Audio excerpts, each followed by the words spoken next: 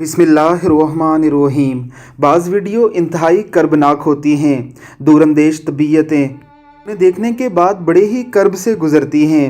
ये किसी local match का एक मंज़र है। दो लड़के नमाज पढ़ रहे हैं। एक जमात करवा रहा है, दूसरा मुक्तदी बना उसकी इक्तदा कर रहा है।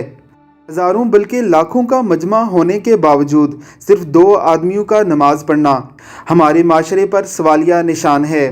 हमने नमाज को फर्स्ट प्रायोरिटी दी ही नहीं, हमने हमेशा इसे सानवी हैसियत ही दी है।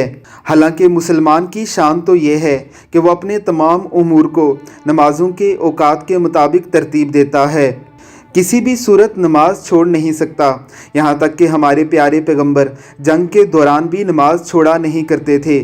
सामने कुफार खड़े होते, एक सफ़ सामने खड़े होकर पहरा देती तो पीछे नमाजी नमाज पढ़ रहे होते, फिर दूसरी सफ़ सामने आ जाती और पहरा देने वाले नमाज पढ़ते। नमाज का हुक्म 80 बार कुरान करीम में आया है, हज़ारों बार हदीस शरीफ में बयान किया गया है।